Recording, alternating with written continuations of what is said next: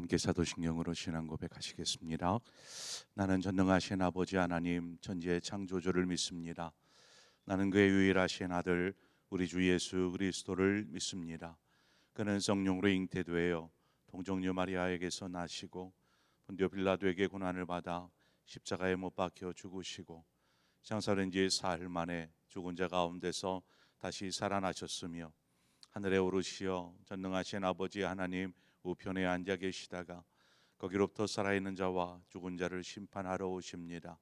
나는 성령을 믿으며 거룩한 공교회와 성도의 교제와 죄를 용서받는 것과 몸의 부활과 영생을 믿습니다. 아멘. 우리 함께 찬송가 423장 찬송가 423장 먹보다도 더 검은 죄로 물든 이 마음, 찬송가 423장 함께 찬송하도록 하겠습니다.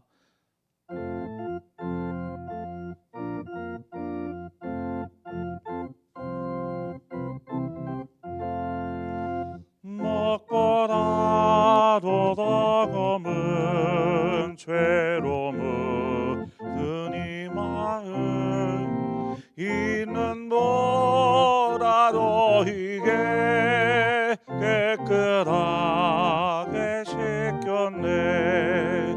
주의 보혈 흐르는데 믿고 뛰어나가 주의 은혜 내가 입어 깨끗하게 되었네. 모든 의심 걱정과 두려움이 사라져 슬픈 탄식 변하여 기쁜 찬송 되었네. 주의 보혈 흐르는데 믿고 뛰어나가 주의 은혜 내가 입어 깨끗하게 되었네. 세상 복의 영화와 즐겨하던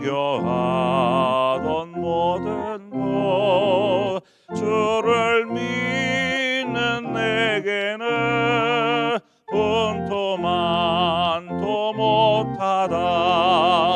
주의 보혈 흐르는데 믿고 뛰어나가 주의 은혜 내가 입어 깨끗하게 되었네. 나의 모든 보배는 저 천국에 쌓였네. 나의 평생 자랑은 주의 십자가로다. 주의 보혈 흐르는데 믿고 뛰어나가 주의 은혜 내가 입어 깨끗하게 되었네. 아멘. 하나님의 말씀 보겠습니다. 사무엘상 2장 11절에서 21절에 17절의 말씀, 사무엘상 2장 11절에서 17절의 말씀을 우리 함께 한 절씩 교독해서 보도록 하겠습니다. 11절부터 17절입니다. 엘가나는 라마의 자기 집으로 돌아가고 그 아이는 제사장 엘리 앞에서 여호와를 섬기니라.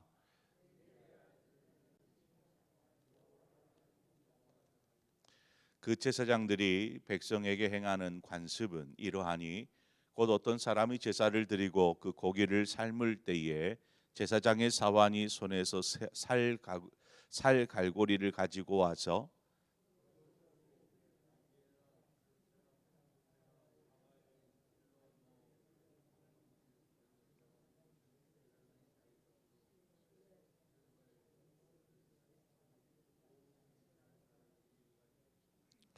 기름을 데우기 전에도 제사장의 사환이 와서 제사 드리는 사람에게 이르기를 제사장에게 구워 드릴 고기를 내라. 그가 내게 삶은 고기를 원하지 아니하고 날 것을 원하신다 하다가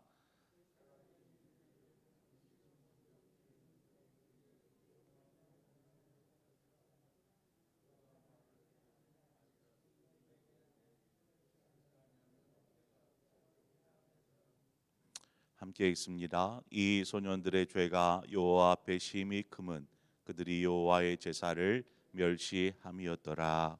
아멘.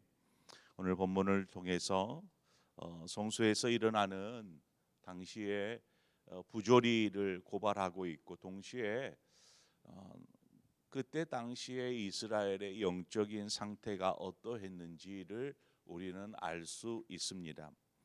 제사장 엘리에게는 두 명의 아들이 있었지요. 홈니와 비느하스입니다.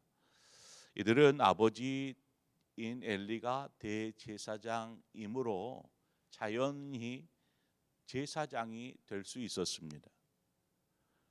그래서 제사장은 제사를 드리기 위해서 성소에 온 이스라엘 백성이 제물을 드릴 때에 이들의 제사를 돕는 역할을 하게 되죠.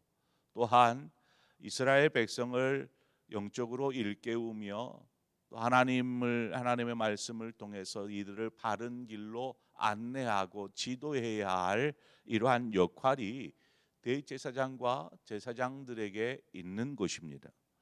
그러나 오늘 본문을 보면 제사장인 홈니와 비느하스가 하는 그들의 행태를 보면 전혀 그렇지 않았음을 우리는 보게 됩니다.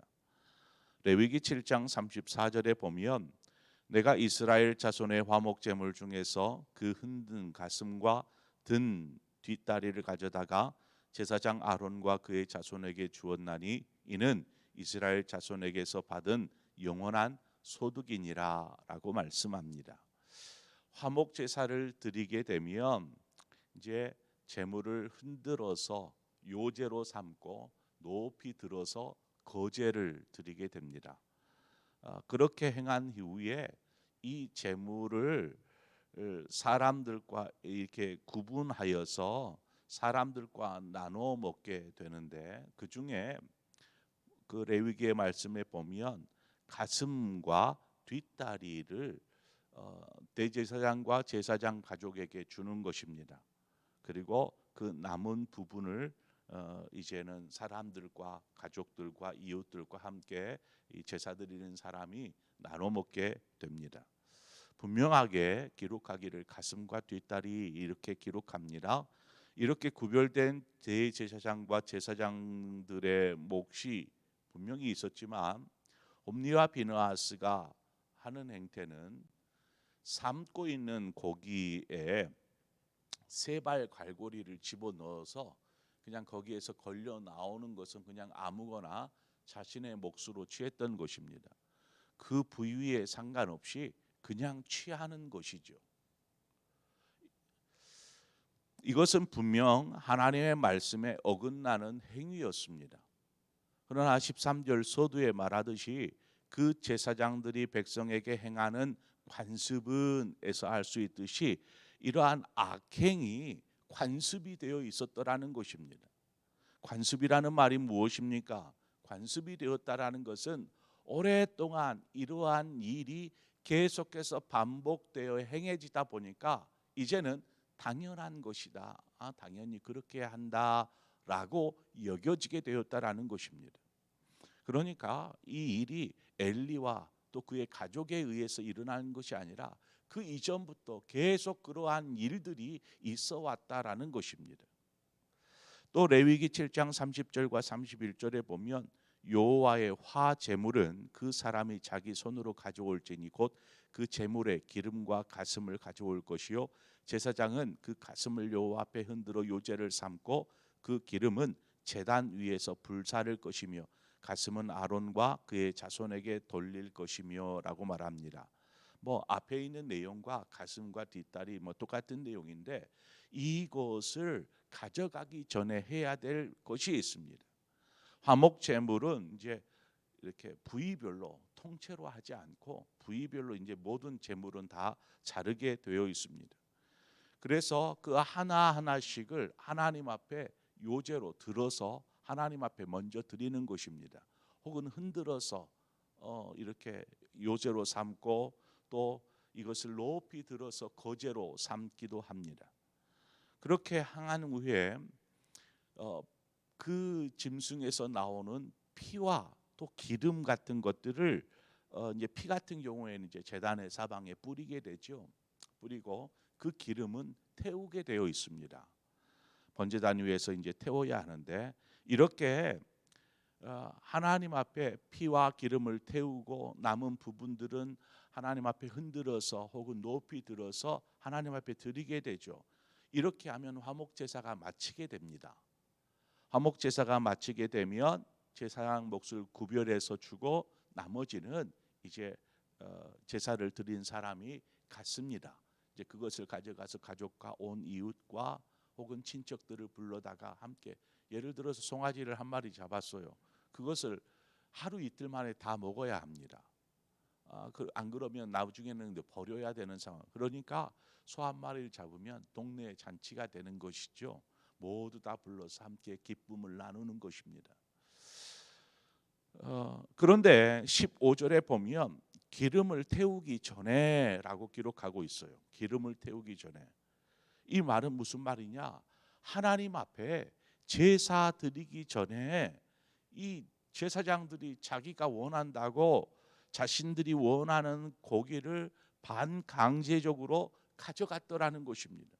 하나님 앞에 제사 드리기 전에 이러한 일들이 계속 일어나니까 제사를 드리는 사람이 아니 기름을 좀 태우고 나서 당신들이 가져가시오, 아무거나 다 가져가시오 라고 말하는 거예요. 기름을 태우라 뭔 말입니까? 제사를 드린 후에 하나님 앞에 제사한 이후에 가져가라. 그때에는 아무 말도 하지 않겠다. 아무 부위를 뭐 가슴 뒷다리가 아니라 다른 것을 원하면 그래도 가져가도 된다라고 말하고 있는 것입니다. 그러나 전혀 들으려고 하지 않습니다. 그저 억지로 그냥 제사 드리기 전에 고기를 가져가는 것이죠. 이러한 일이 비일비재하게 일어나다 보니까 나중에는 제사를 드리기 위해서 오는 이스라엘 백성들의 마음이 어떻겠습니까? 제사에 대해서 아유 이거 짐승 드려도 또 제사장들이 다 가져갈 텐데 하는 그러한 생각. 하나님 앞에 온전히 드려야 할 제사였고 그것을 드리기 위해서 온 백성들이지만 제사장들의 악행으로 백성들의 신앙은 조금씩 병들어가기 시작합니다. 그리고 이것이 관습이 되고 오랜 시간이 지난 후에는 어떤 모습으로 전락해 있을까요? 이스라엘 백성도 제사를 원치 않는 것입니다. 드리려고 하지 않게 되는 것이죠. 가봐야 악행이 드러나니까. 본문 17절에 보니까 이 소년들의 죄가 여호와 앞에 심히 크면 그들이 여호와의 제사를 멸시함이었더라 라고 말하고 있습니다. 이러한 악행을 저질렀다라는 것은 하나님 앞에 드리는 이 제사를 우습게 여기는 것입니다. 드려도 되고 안 드려도 되고 뭐 내 맘대로 하면 되지 하는 생각이죠. 그러니 이러한 제사를 자신들의 이익의 수단으로 삼는 것입니다. 이익의 수단으로. 정리를 해보자면 당시에 제사장들이 하나님에 대해서 잘 알지도 못했어요. 하나님에 대해서 잘 알지도 못하고 그저 인간의 욕심처럼 이 재물만을 탐하고 자신들의 지위를 악용해서 탐욕을 채우는 수단으로 삼고 있더라는 것입니다. 이것이 영적 지도자들이라고 말하는 이들의 행위였습니다. 우리가 이제 앞서 살폈었던 엘가나와 한나의 가정을 우리가 잠시 한번 살펴보죠. 그들이 하나님 앞에 와서 성실하게 하나님 섬길 뿐만 아니라 매년 제사와 서원의 제사를 드리고 이처럼 하나님을 섬기는 일들을 하며 나중에 한나는 그 아이를 하나님 앞에 서원하였던 대로 하나님 앞에 사무엘을 올려드리지 않습니까? 하나님을 경외하는 마음이 있는 곳입니다. 하나님, 모든 것이 하나님께로부터 왔고 이제 하나님 앞에 돌려드립니다 하는 마음으로 하나님 앞에 드리는 그러한 엘가나와 한나의 모습을 우리는 앞서 살펴보았습니다. 참으로 하나님을 경외하는 그러한 믿음으로 사는 가정이 아닐 수 없죠. 반면에 지도자라 말하는 대제사장과 그의 가족은 어떻습니까? 온갖 불의가 여기 가정에서 발견이 됩니다. 하나님을 알지 못하니까 하나님을 경외함이 있겠습니까? 하나님을 두려워하지도 않고 버젓이 범행을 저지르고 불의를 행하면서도 떳떳한 것입니다. 어찌 이럴 수가 있을까? 우리는 이러한 영적인 상황을 보면서 사무엘을 통해서 지금 하나님께서 뭔가를 계획하고 있다라는 것을 발견하게 됩니다. 짐작하게 되는 것이죠. 하나님께서 왜 이것을 그대로 놔두실까? 하나님께서는 이 사무엘, 지금은 아직 아이이지만, 조그마한 아이이지만 하나님께서 이 아이를 통해서 이스라엘을 새롭게 변화시키고 개혁시키고 일깨우며 이러한 것들을 계획하고 계시다라는 것을 짐작해 볼 수 있습니다. 그렇게 본다라면 이 엘가나와 한나의 삶이 분명하게 하나님의 계획 가운데 지금 이루어지고 있는 일이었다라는 것을 보게 되죠. 한나가 아이가 없이 정말 고통의 시간들을 보내었지만 어찌 보면 하나님께서 사무엘을 주시기 위해서 준비하고 계셨던 것입니다. 그녀의 삶을 통해서 사무엘을 안겨주시고 또 그 사무엘을 통해서 하나님을 섬기며 이스라엘의 영적인 타락의 모습을 회복하는 도구로 사무엘을 사용하시는 것이죠. 오늘 이 말씀이 우리에게 주시는 교훈이 무엇입니까? 우리에게 무엇을 말씀하시는 것 같습니까? 하나님은 이러한 죄악을 가만 보시지 않습니다.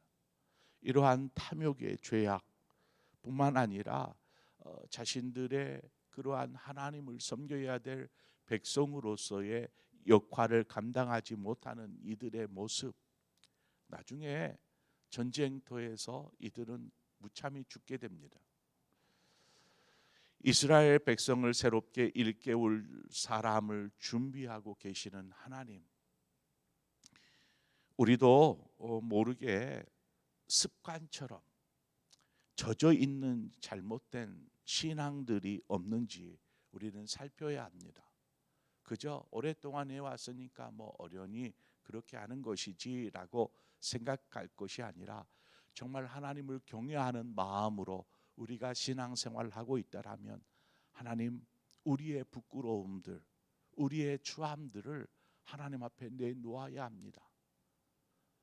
그렇지 않으면 하나님께서 이제 조금 있으면 살피게 될 테지만 엘리와 홈리와 비느하스 그의 가족을 무참히 한순간에 전쟁터에서 그냥 의자에서 꼬꾸라져서 목이 부러져서 이런 무참히 죽게 됩니다. 하나님께서 그 죄악을 그저 놔두지 않으시고 가만 보시지 않으셨습니다. 반면 하나님께서 엘가나와 한나의 가정 그리고 그들의 드림 사무엘을 온전히 하나님 앞에 드림을 인하여 그 사무엘을 통해서 이스라엘을 다시금 회복시키는 하나님의 모습들을 보게 되는 것처럼 오늘 우리가 하나님 앞에서 어떠한 모습으로 살아가야 하는지 우리의 신앙을 추스려 보고 하나님이 기뻐하시는 삶의 모습으로 하나님을 두려워하고 경외하는 삶의 모습으로 하나님 앞에 서시기를 바랍니다. 그러한 오늘의 신앙 삶이 되어지기를 주님의 이름으로 축원을 드립니다. 기도하겠습니다. 좋으신 하나님 아버지, 오늘 이 새벽을 깨우게 하시고 우리를 하나님의 성전으로 불러주셔서 감사합니다. 오늘 이 시간 우리가 온 마음으로 하나님 앞으로 나아갑니다. 하나님 앞에 나아갈 때에 우리가 하나님을 경외하는 마음, 하나님을 두려워하는 마음이 있게 하셔서 우리 안에 잘못된 신앙의 습관, 믿음의 잘못된 악행이 있다라면 하나님 앞에 회개하고 돌이키게 하시고 그래서 참으로 깨어서 하나님의 영광을 위해 사는 삶, 이 삶을 오늘 또 살아가는 우리 모든 성도들 되게 하여 주시옵소서. 예수 그리스도의 이름으로 기도합니다. 아멘. 오늘 이 시간에 우리가 한 마음으로 기도할 것은 오늘 말씀으로 나눴던 것처럼 우리 사역자들이 먼저는 깨어 있어야 하고 사역자들이 하나님 앞에 신실해야 함을 우리가 잘 압니다. 우리 성도 여러분들께서 우리 목회자들을 위해서 기도해 주십시오. 부족한 종을 위해서 기도해 주십시오. 제 가운데 빠지지 아니하도록, 시험에 들지 아니하도록 늘 하나님 앞에 신실하게 서는 우리 모든 사역자들이 될 수 있도록 기도해 주시기를 바라고, 또한 하나님께서 세우신 주의 종들, 기름 부어 세우신 우리 항존직들을 하나님 기억하시고 저들의 헌신과 섬김을 받으시고 또한 저들의 삶 가운데 함께하여 주옵소서. 우리 항존직 분자들을 위해서 기도하고, 또한 우리의 다음 세대들을 위해서 믿음 안에서 잘 양육될 수 있도록, 특별히 이제 이번 주일부터 겨울 행사, 겨울 학교가 시작이 됩니다. 수련회도 시작이 되고 하니까 여러분들 위해서 기도해 주시기를 바랍니다. 또한 더불어서 우리 각자의 기도의 제목으로 이 시간 기도하시다가 자유롭게 돌아가시겠습니다. 기도하겠습니다. 주신 아버지 하나님, 우리를 불러주셔서 감사합니다. 늘 하나님을 섬긴다 말하지만 오늘 우리의 신앙의 모습들을 두렵고 떨리는 마음으로 오늘 이 아침 이 새벽에 우리의 신앙을 되돌아봅니다. 하나님, 우리의 신앙이 삶